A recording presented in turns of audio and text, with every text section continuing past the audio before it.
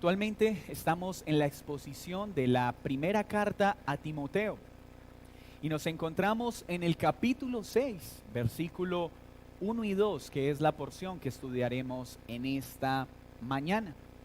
El título de esta enseñanza es Honrando a Dios y la doctrina en toda condición. Honrando a Dios y a la doctrina en toda condición. Leamos entonces este texto, capítulo 6, versículo 1 al 2. Todos los que están bajo el yugo de esclavitud tengan a sus amos por dignos de todo honor, para que no sea blasfemado el nombre de Dios y la doctrina. Y los que tienen amos creyentes, no los tengan en menos por ser hermanos, sino sírvanles mejor, por cuanto son creyentes y amados los que se benefician de su buen servicio. Esto enseña y exhorta. Señor, tu palabra es poderosa y eficaz, más cortante que espada de doble filo. Hoy te ruego para que me ayudes como siervo tuyo a predicar fielmente tu palabra. Que hoy todos nosotros seamos un terreno fértil para que al caer la semilla de tu palabra, ésta dé mucho fruto. Que hoy seamos conscientes de que somos pecadores urgidos de tu palabra y de tu verdad, urgidos de conocerte, de ser santificados por tu poder. Hoy te ruego, Señor, que seamos dóciles a tu palabra, obedientes a ella y prestos para ponerla por obra. Que hoy como iglesia podamos recordar la importancia de honrar a Dios y sus enseñanzas en toda condición en la que tú estimes bien que vivamos nuestro peregrinaje. En el nombre de Jesús. Amén y amén. Es propio al ser humano que las circunstancias siempre quieran ser transformadas a nuestro favor. Tendencia que también se hace evidente cuando empezamos a conocer a Dios. Creemos que el venir a Él lo obliga a transformar nuestras circunstancias, y más si éstas están acompañadas de aflicción y de dolor. Este deseo propio del ser humano empeora cuando desde el púlpito se le promete a los incautos que buscan a Dios a que paren de sufrir, a que vengan a Dios para que toda situación de dolor sea quitada, a que vengan a Dios para que las circunstancias cambien, y un largo etcétera, etcétera, etcétera. El Evangelio no promete que todas nuestras circunstancias de aflicción serán quitadas o cambiadas, pero sí nos asegura que toda circunstancia será usada por Dios para cambiar nuestro corazón y hacernos más como Cristo. Así implique que las circunstancias de aflicción y las condiciones de dolor permanezcan aún después de conocerlo. Esta obra de Dios se ajusta a todo el consejo bíblico, se alinea a todo lo que la Escritura expone, pues lo que Él quiere es que sea glorificado y honrado en toda situación. Pablo enseñó en 2 de Corintios 3:17 lo siguiente: porque el Señor es el Espíritu, y donde está el Espíritu del Señor, allí hay libertad. Esta promesa es real. Todo aquel que viene a Cristo y recibe el Espíritu Santo experimenta libertad. ¿Pero de qué libertad está hablando el apóstol? De la libertad espiritual, de ser libres del pecado. Jesús también enseñó esto en Juan 8, 34 y 36. Jesús les respondió: de cierto os digo, que todo aquel que hace pecado esclavo es del pecado. Así que si el Hijo os libertare, seréis verdaderamente libres. La promesa del Evangelio es que todo aquel que pone su fe en Cristo será verdaderamente libre del pecado. No necesariamente libre de sus circunstancias de dolor y aflicción. Pues muchos, después de experimentar una verdadera libertad del pecado, permanecerán por largo tiempo en situaciones de aflicción, o aún permanecerán en ellas en todo su peregrinaje. El Evangelio promete al hombre entonces, permítame reiterarlo, libertad de la esclavitud espiritual que produce el pecado. Pero como veremos en esta sección, esta libertad espiritual muchas veces no viene acompañada de un cambio de las circunstancias, sino de un cambio en nuestro corazón para afrontar las circunstancias. El Evangelio invita entonces al pecador: ven a mí, que serás libre del pecado, serás libre de la condenación eterna. Pero no necesariamente tus circunstancias de aflicción cambian. Dios tiene el poder para hacerlo, pero muchas veces en su sabiduría no lo hará. La estructura de nuestro estudio esta mañana es breve. Lo primero que nos muestra la sección es el deber de los esclavos respecto a su condición, respecto a los amos incrédulos. Luego, el apóstol muestra el propósito de este deber. ¿Para qué debe hacerse lo que está solicitando? Y termina mostrando el deber respecto a los amos creyentes. Veamos entonces la primera parte. ¿Cuál es el deber de los esclavos contenido en esta sección? Y primero veamos cuál es su deber en la condición que Dios les ha asignado, la condición de esclavitud. El pasaje inicia hablando de la condición de la audiencia a la que se dirige esta porción específica de la Escritura. Miren lo que dice: todos los que están bajo el yugo de esclavitud. La condición de estos oyentes es que son esclavos. Y les dice que tengan a sus amos por dignos de todo honor. Otra versión dice: los miembros de la iglesia que aún sean esclavos deben respetar en todo a sus amos. El término aquí usado es doulos y no se refiere a servidor, se refiere literalmente a un estado de esclavitud. Esta relación entre amo y esclavo aparece en diferentes partes de la Escritura. Pablo lo refiere en otros textos, Pedro también lo cita en una de sus cartas.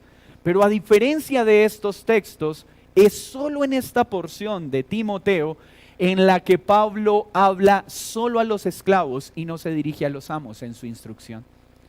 Cuando miramos Pedro, vimos que esta relación se entendía muy bien a la relación de un empleador y un empleado, un jefe y un servidor. Pero en este caso, el texto directamente nos apunta a una dura condición que gobernaba particularmente este momento de la iglesia: la esclavitud.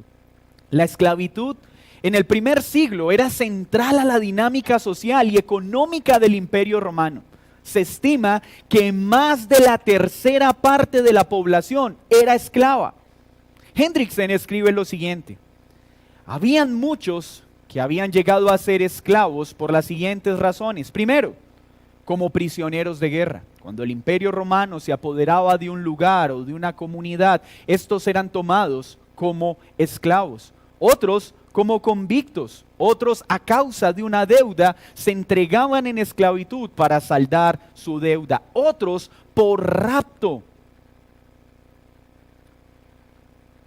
Otros vendidos como esclavos por sus padres. Otros nacían esclavos. Con frecuencia, esclavos también tenían esclavos. Entre esta dinámica de esclavitud Algunos gozaban de ciertos grados, altos grados culturales.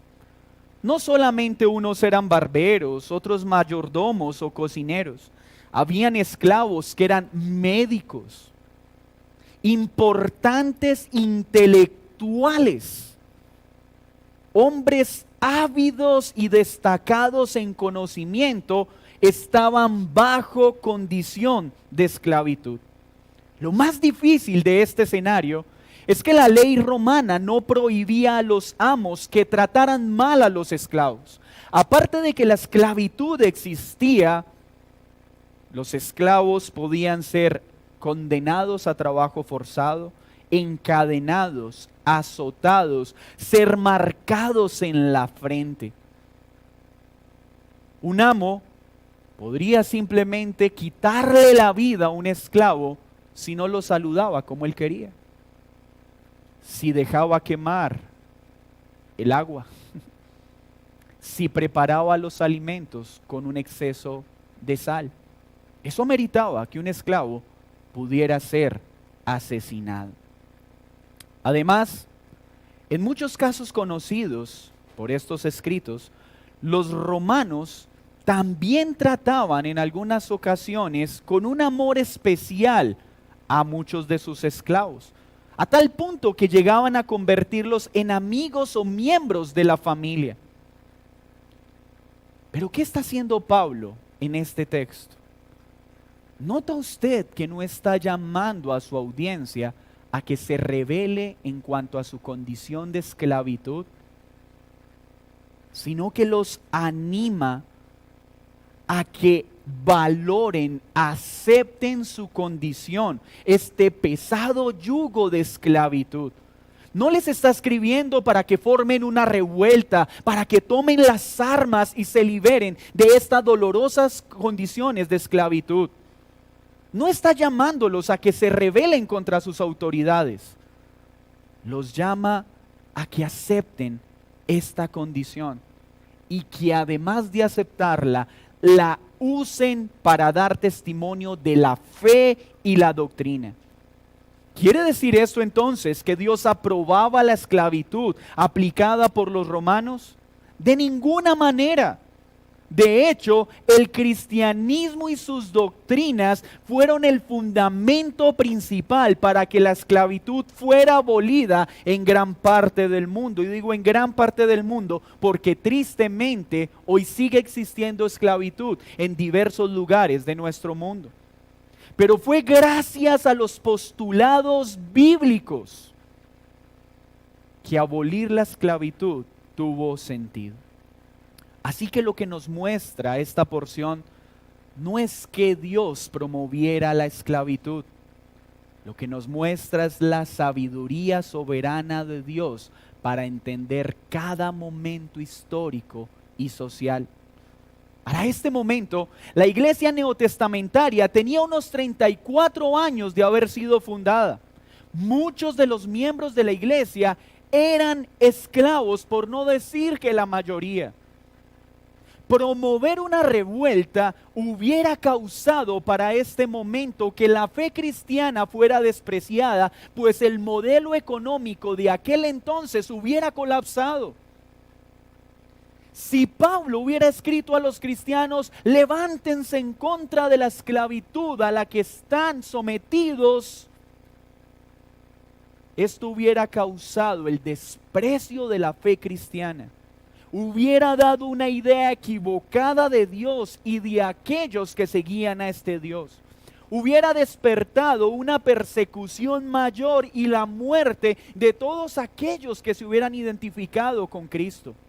Además, hubiera causado la rápida extinción del cristianismo que recién emergía. Dios no ignora los momentos culturales y las dinámicas sociales en su propósito eterno. Las usa dentro de su propósito eterno. Por eso entonces, llama a su audiencia, acepten su condición de esclavos y úsenla para mostrar a Cristo. la humildad, la obediencia, el respeto, la diligencia en su trabajo, mostrará quién es el Dios en el que han creído. Este manso y piadoso proceder de los esclavos cristianos se convirtió en un puente para que muchos amos fueran afectados positivamente por el cristianismo. Pues los amos, al ver la conducta de piedad de sus esclavos, fueron movidos a querer conocer el Dios a quienes sus esclavos servían, favoreciendo el sano avance del cristianismo en este momento de la historia. La esclavitud era un claro reflejo y sigue siendo un claro reflejo de una sociedad que no incluye a Dios en la forma de gobernar y regular las dinámicas sociales. La esclavitud es causa del pecado del hombre y de querer gobernarnos fuera de los parámetros bíblicos. El yugo de la esclavitud del que está hablando Pablo en la mayoría de los casos era una condición difícil de llevar, pues estaba acompañada de maltrato, aflicción. Pero ¿qué dice Pablo? Honren a Dios, no reneguen de su condición.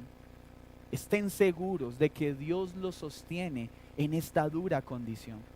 Estén seguros de que esta condición de aflicción será utilizada para el avance del reino de Dios. Y hoy podemos mirar atrás y decir, sí, así fue.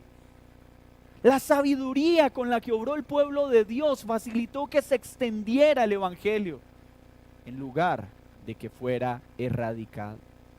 Iglesia, Dios no promete a quien lo sigue ser librado de todas sus penurias o de las condiciones de aflicción. La promesa a los esclavos no era vengan a Cristo y ya no serán empleados, sino jefes.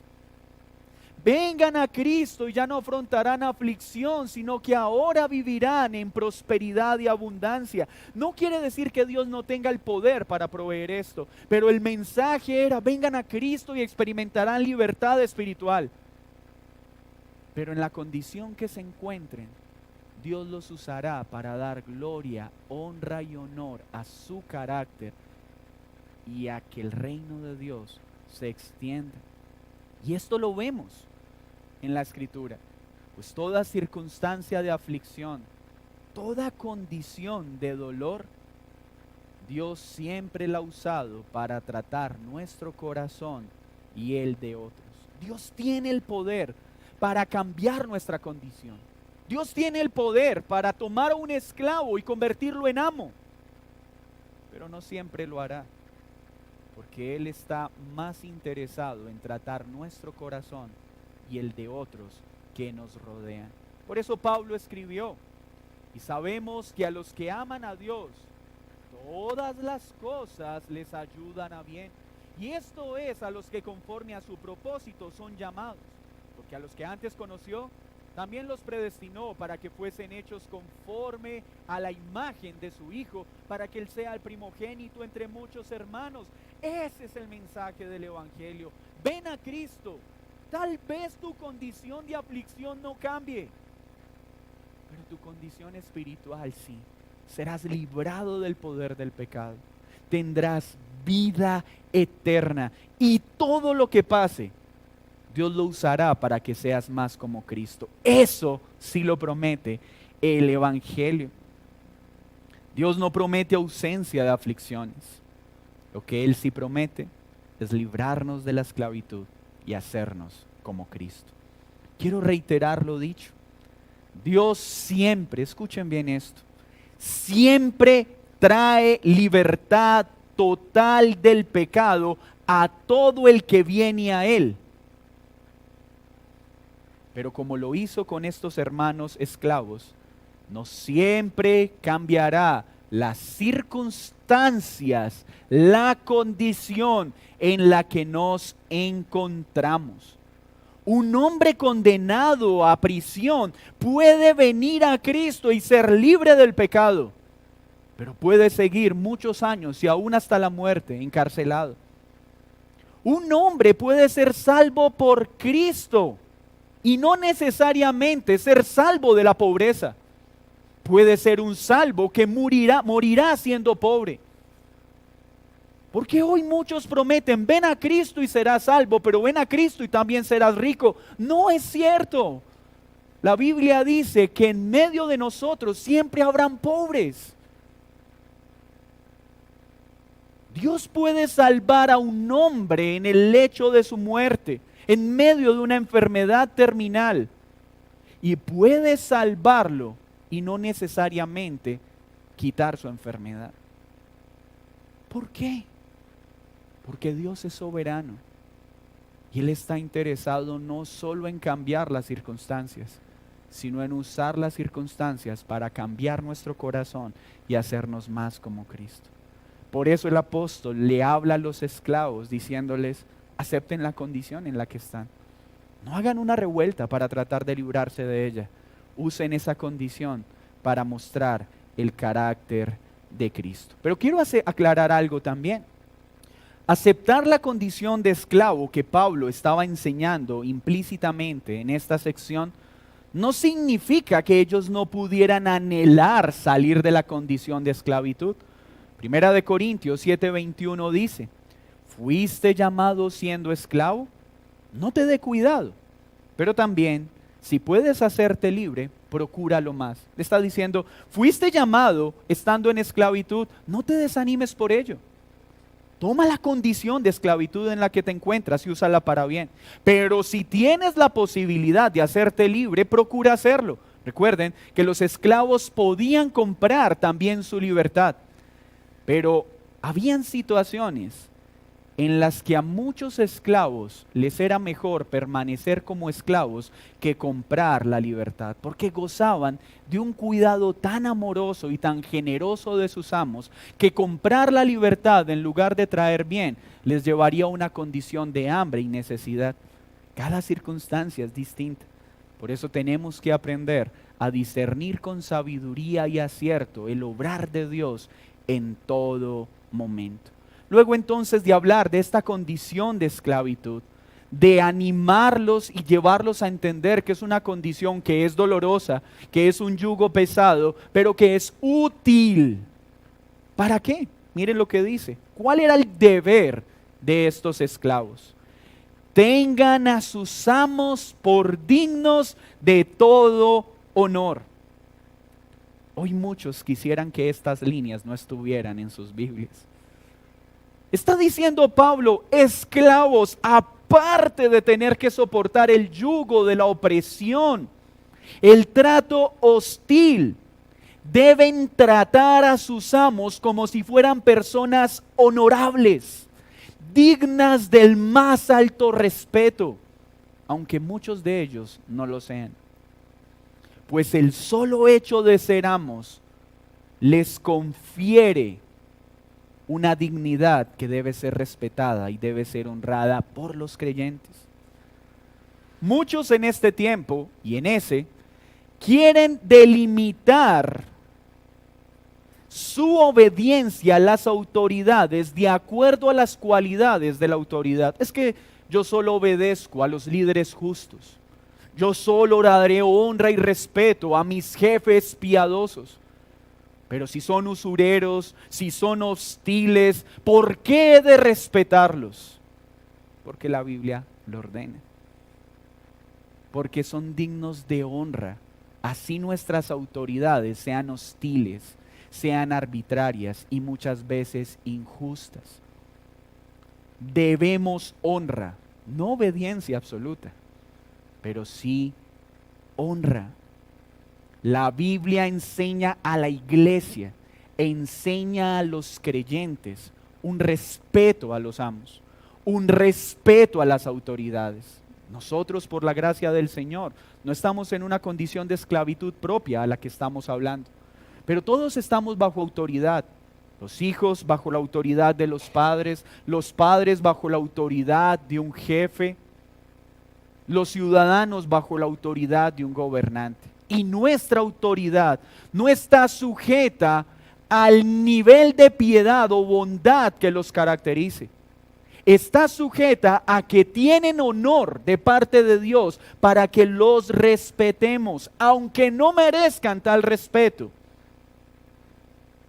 Por eso un creyente no puede andar hablando como habla el mundo de sus autoridades. ¿Por qué? Porque un creyente tiene que entender que toda autoridad ha sido puesta por Dios para formar a Cristo en nosotros. Cuando tenemos un gobernante hostil, cuando tenemos una autoridad hostil, solo debemos mirar al cielo y decir: Señor, gracias por tu provisión para formar mi carácter. ¿Cuál era el propósito de este deber? Miren lo que dice: para que no sea blasfemado el nombre de Dios y la doctrina. ¿Por qué está diciendo Pablo a los esclavos que acepten su condición, que honren a los amos en lugar de tomar las armas y rebelarse contra ellos? Para que el nombre de Dios no sea blasfemado, no sea pisoteado, para que la doctrina de Dios no sea denigrada. Aceptar con mansedumbre la condición de esclavos y dar honra y respeto a los amos causaba que Dios y sus enseñanzas fueran admiradas.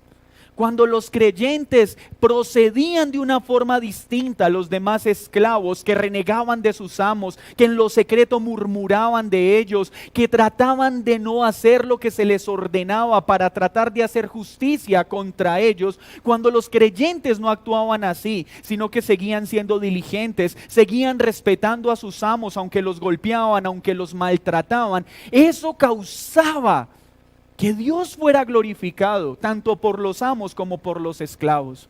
Pues los amos se preguntaban: ¿cómo este hombre me trata con respeto y honra aun cuando yo lo maltrato?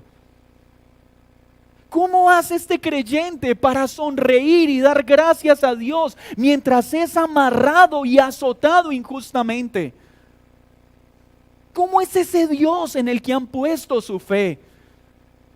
Y muchos esclavos no creyentes se veían animados al ver el gozo de la obediencia de estos hombres mientras sufrían injustamente. ¿No fue lo que hizo Cristo?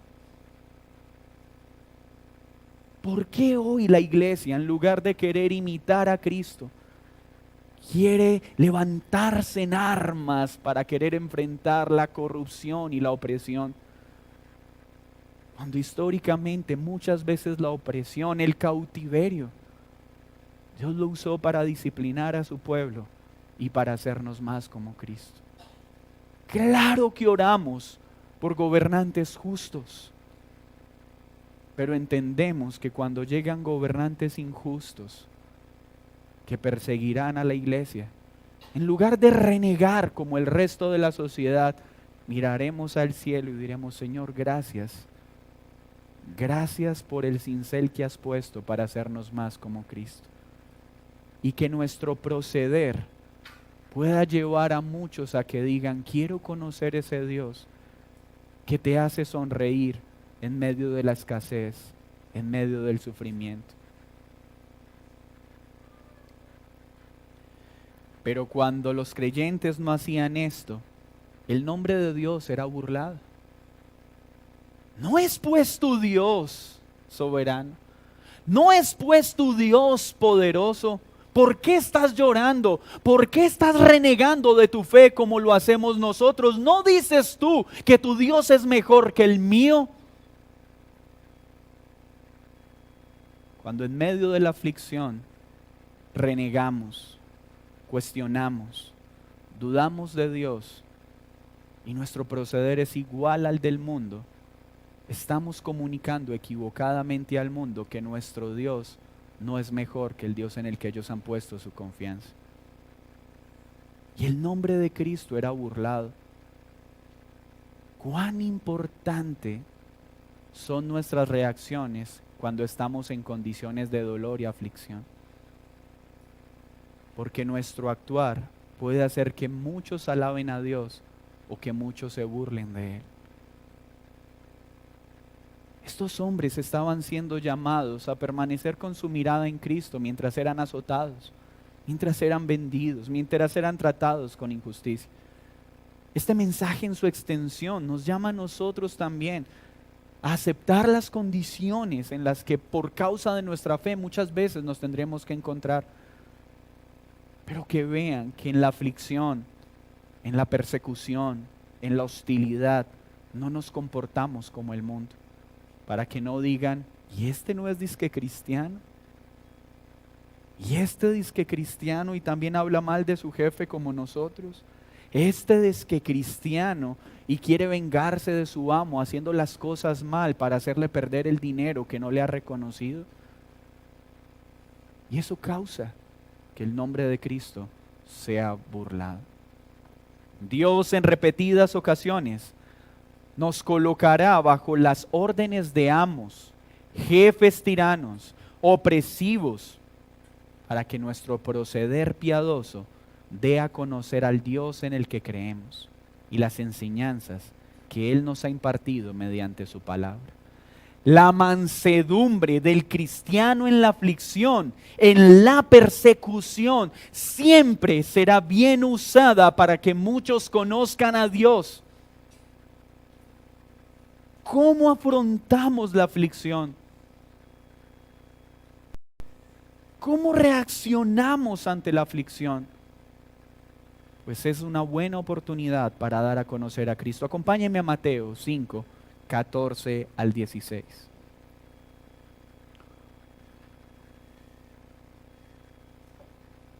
Mateo 5, 14 al 16.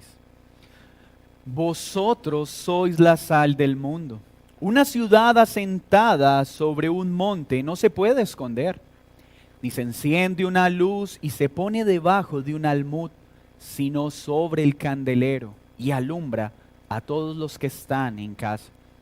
Así alumbre vuestra luz delante de los hombres, para que vean vuestras buenas obras y glorifiquen a vuestro Padre que está en los cielos. Hermanos, toda situación hostil, toda condición de sufrimiento, toda circunstancia de aflicción es tan solo el almud, es tan solo el canasto, es tan solo la caja en la que Dios nos pone para que actuemos como un candelabro que muestra la luz de Cristo. La aflicción es tan solo una montaña que Dios nos provee para que nos paremos en ella y todos puedan ver a Cristo obrando en nuestra aflicción.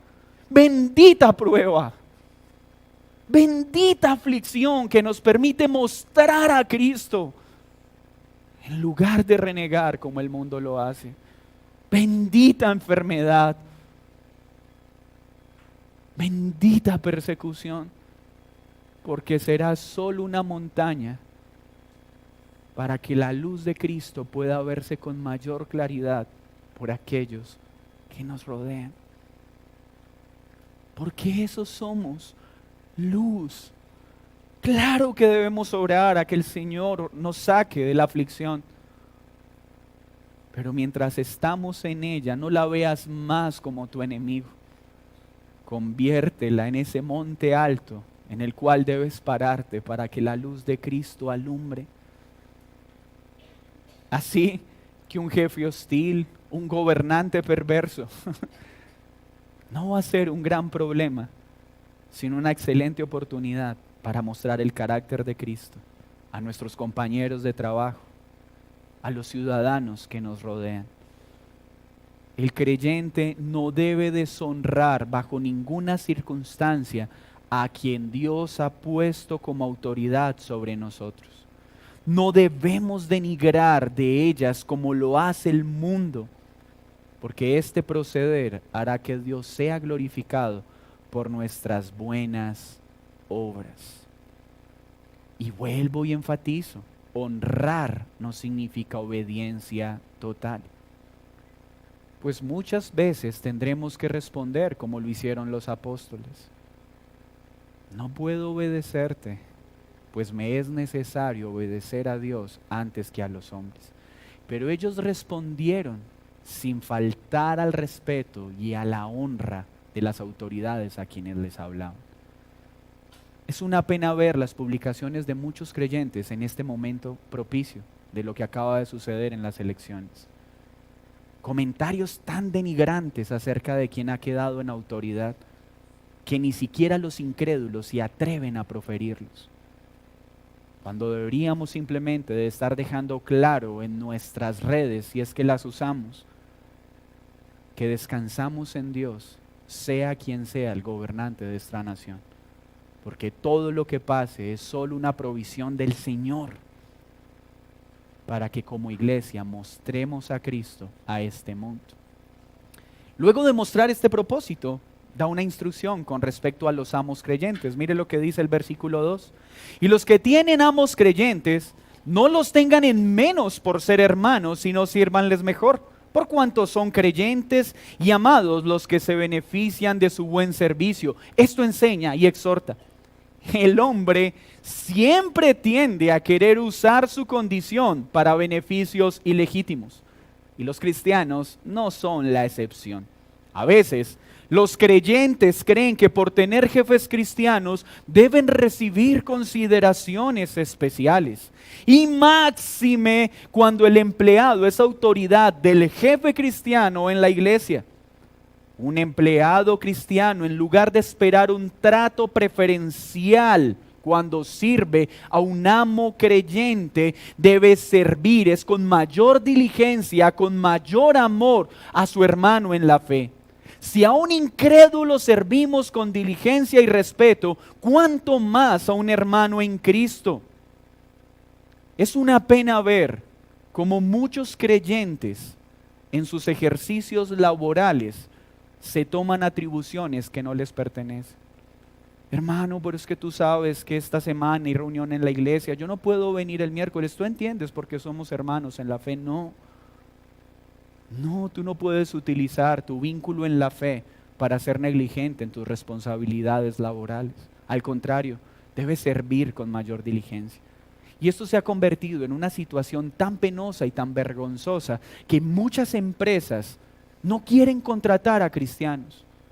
¿Por qué no quieres contratarlos? Porque todo el tiempo están pidiendo permiso para ayunos, para vigilias, para ensayos en la alabanza, para encuentros de hombres. No quiero contratar cristianos. Y esto da vergüenza porque el nombre de Cristo está siendo burlado.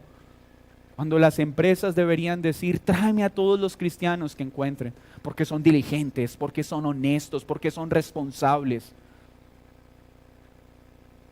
Hermanos, ser creyentes no nos confiere un trato especial de los hombres. Nos da una responsabilidad mayor ante los hombres. Mostrar a Cristo.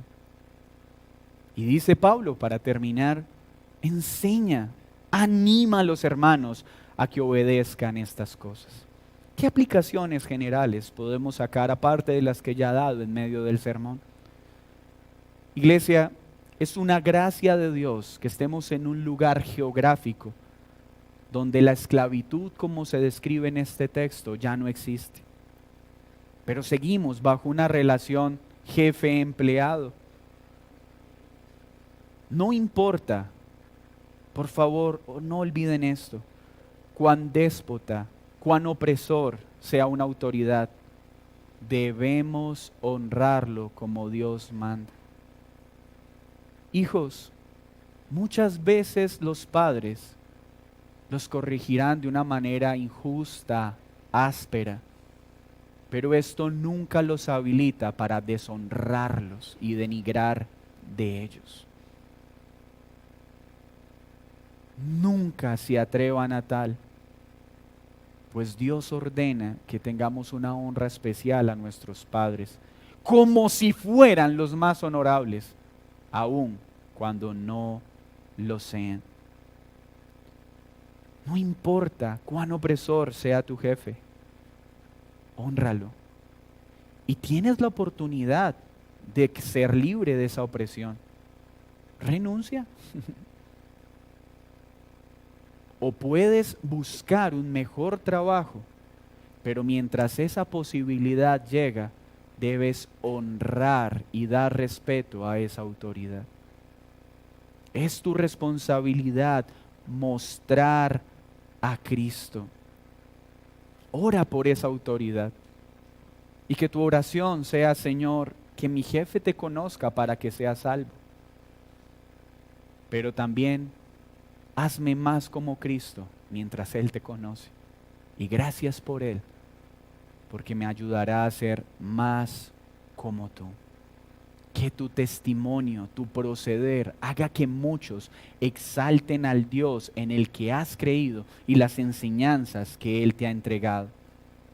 Denigrar de nuestras autoridades, quejarnos por los momentos de aflicción y persecución, solo le provee al mundo razones para que el nombre de Cristo sea burlado. Por favor, que nuestras obras reflejen a Cristo.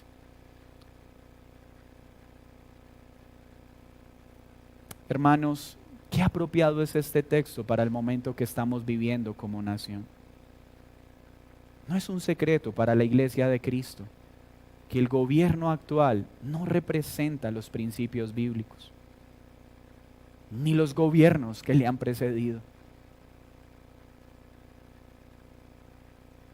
Pero cuando vamos a la Escritura, debemos decir, Señor, esta es la condición que tú has determinado para nuestra nación. Y daremos honor, honra y respeto a los gobernantes que has puesto.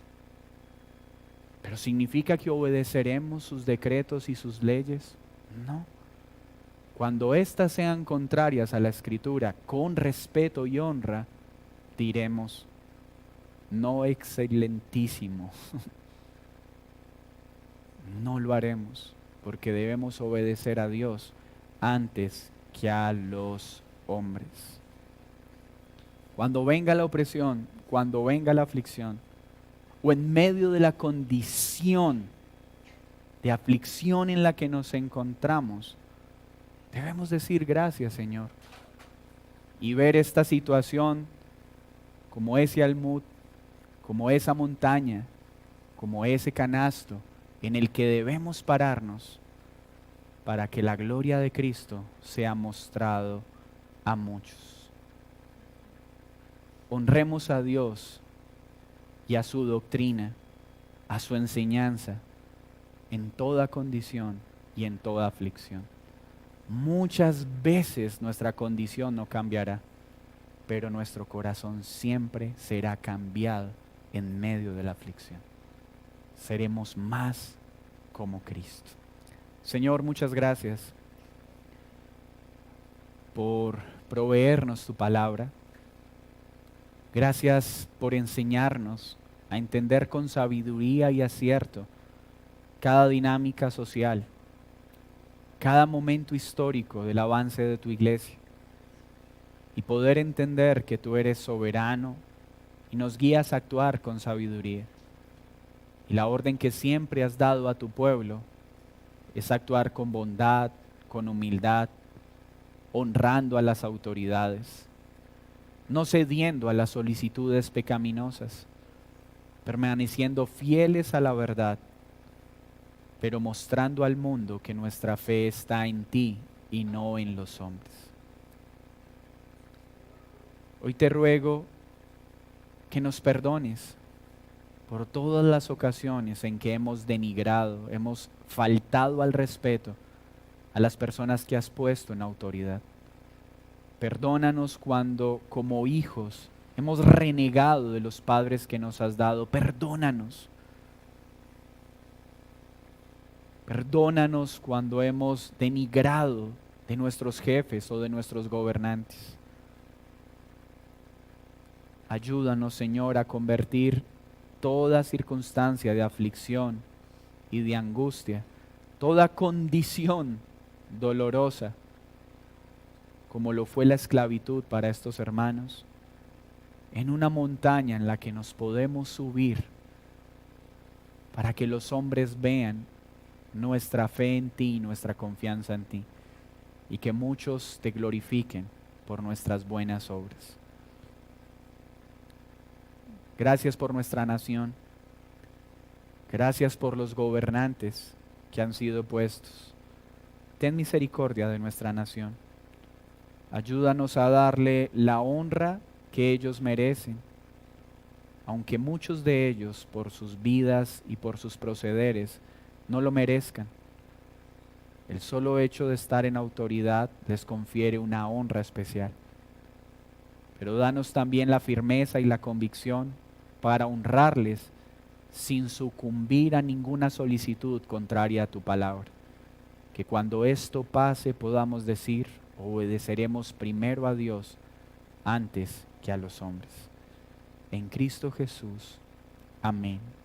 Y amén.